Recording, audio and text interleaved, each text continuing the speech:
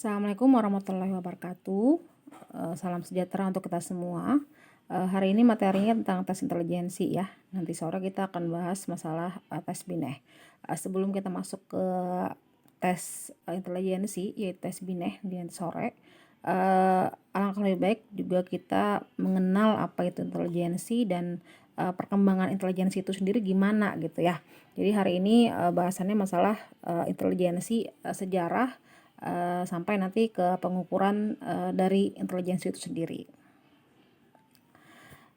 Definisi intelijensi, kalau kita berbicara masalah definisi, intelijensi ini adalah salah satu topik yang paling banyak diteliti dalam ranah psikologi ya, dan juga banyak dibicarakan gitu. Namun meskipun demikian penelitiannya terus berkembang dan definisi intelijensi ini juga masih sulit dipahami gitu, serta masih disertai dengan kontroversi dan misteri ya.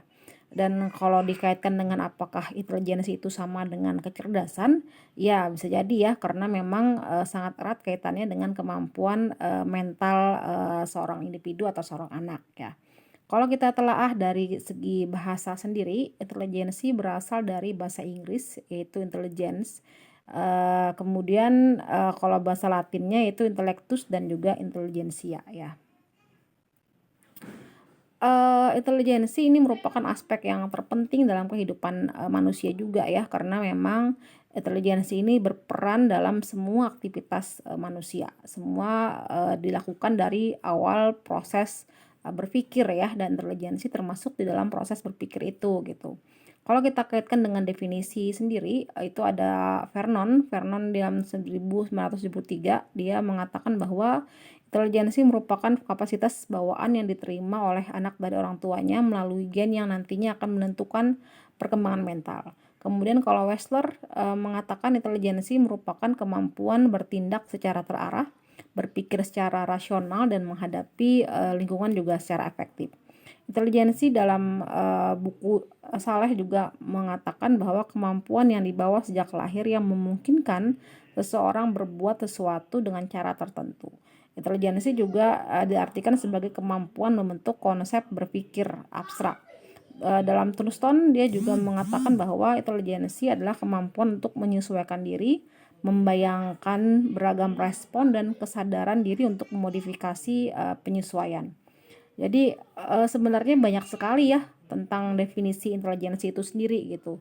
Bila dalam psikologi kebudayaan ataupun psikologi komunikasi itu tentang penjelasan budaya dan komunikasi itu juga ditemukan ratusan definisi, maka intelijensi itu dalam Black and Hutter itu dalam bukunya itu menghimpun 70 definisi dari intelijensi itu sendiri.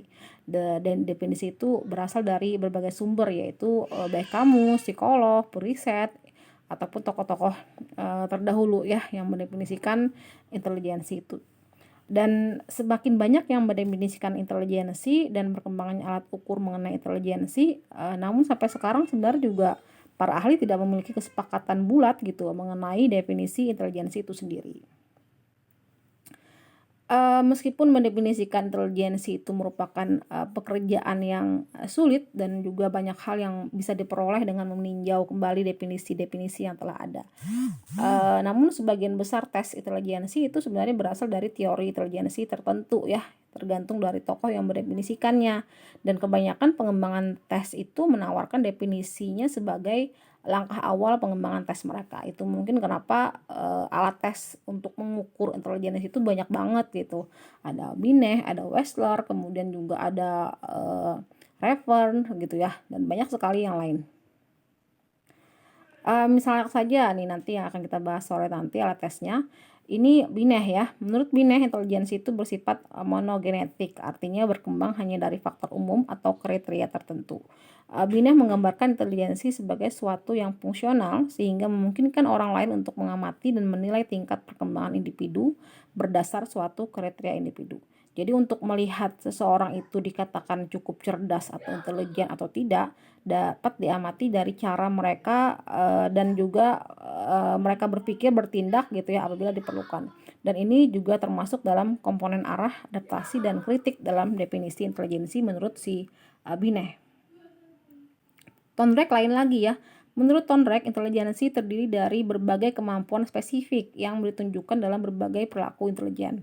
Jadi Thorndike itu meyakini bahwa tingkat intelijensi itu tergantung pada banyaknya neural connection atau ikatan syaraf antara rangkaian stimulus dan respon karena adanya penguatan yang dialami seseorang ya. Thorndike ini kan salah satu tokoh behavior ya. Thorndike mengklasifikasikan intelijensi ke dalam 3 kemampuan, yaitu A. Abstraksi atau kemampuan bekerja dengan menggunakan gagasan atau simbol, B. Mekanik atau kemampuan bekerja dengan menggunakan alat mekanis dan juga kemampuan melakukan pekerjaan yang memerlukan aktivitas indera, gerak, atau sensori motor, dan yang C. Sosial atau kemampuan untuk menghadapi orang lain dengan cara yang efektif. Jadi ketiga komponen ini termasuk bagian dari intelijensi.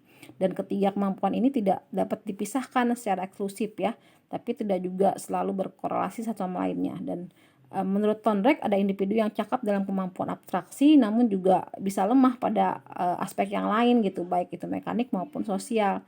Seperti itulah ketiga aspek ini bekerja. Selain itu, selain dari tokoh-tokoh itu, banyak juga sih kontroversi yang lain ya. Salah satunya perdebatan mengenai intelijensi itu apakah dipengaruhi oleh faktor herediter atau bawaan atau malah dipengaruhi oleh faktor lingkungan gitu. Jadi ini memang juga menjadi kontroversi yang menarik untuk dibicarakan gitu. Pendapat pertama itu adalah intelijensi ini sifatnya dipengaruhi oleh hereditas ya. Menurut pandangan ini, intelijensi itu kemampuan yang dibawa sejak lahir, sehingga memungkinkan seseorang untuk berbuat dengan cara tertentu tergantung intelijensi yang dimilikinya. Dan pada saat itu, kenapa bisa disimpulkan bahwa intelijensi itu sifatnya bawaan, memang tidak bisa dibuktikan gitu bahwa intelijensi itu dapat diperbaiki atau dilatih. Jadi memang sudah sifatnya menetap dan permanen gitu dibawa oleh si individu sejak dia lahir. Kemudian faktor yang kedua itu faktor modifikasi lingkungan. Pendapat kedua ini menyatakan bahwa intelijensi itu bukan merupakan hasil produk hereditas tapi lebih ke modifikasi lingkungan. Dan pendapat ini didasarkan bukti bahwa daya pikir anak itu yang mendapatkan didikan di sekolah itu menunjukkan sifat-sifat yang lebih baik gitu daripada anak yang tidak bersekolah.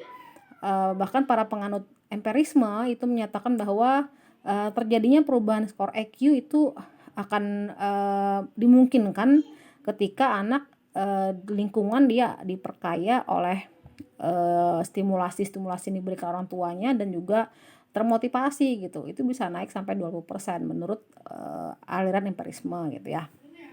Dan perbedaan mengenai faktor hereditas dan juga lingkungan ini terus-menerus nih memicu kontroversi sampai tahun 1990-an ya. Dan kita sendiri juga dibingungkan gitu dengan beberapa argumentasi yang sama-sama kuat gitu antara kedua kubu ini.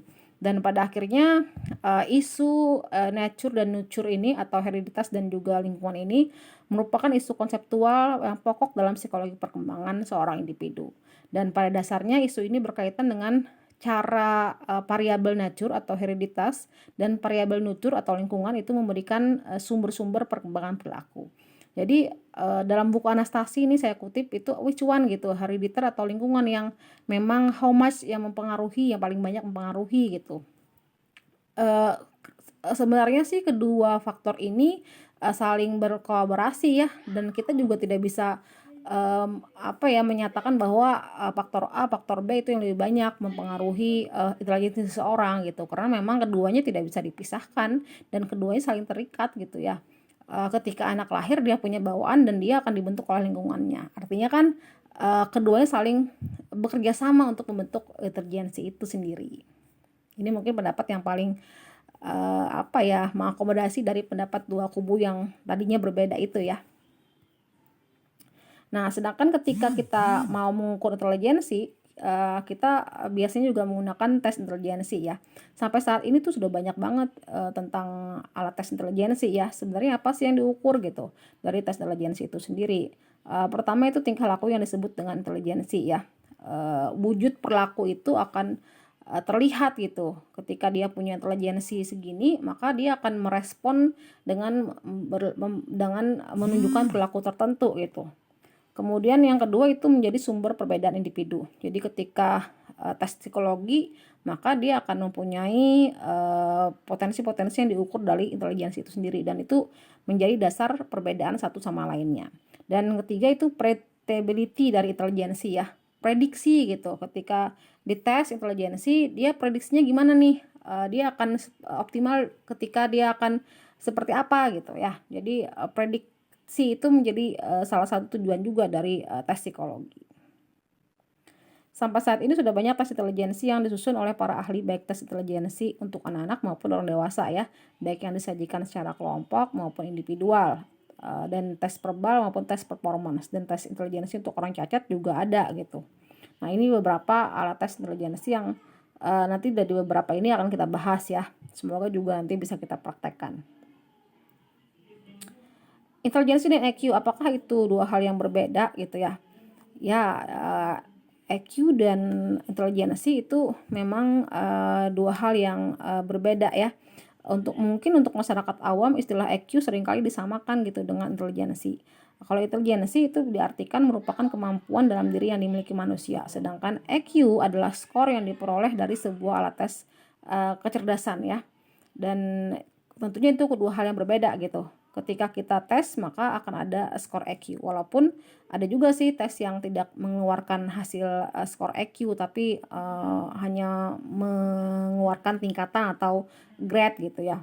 Dan karena banyak sekali tes intelijensi, maka dalam menginterpretasikannya harus hati-hati, karena tidak semua tes intelijensi itu mengukur hal yang sama walaupun sama-sama mengukur intelijensi. Kita kembali ke definisi ya.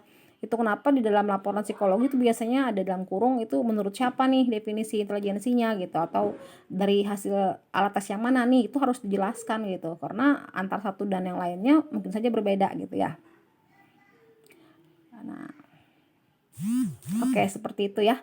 Terima kasih banyak. Wassalamualaikum warahmatullahi wabarakatuh.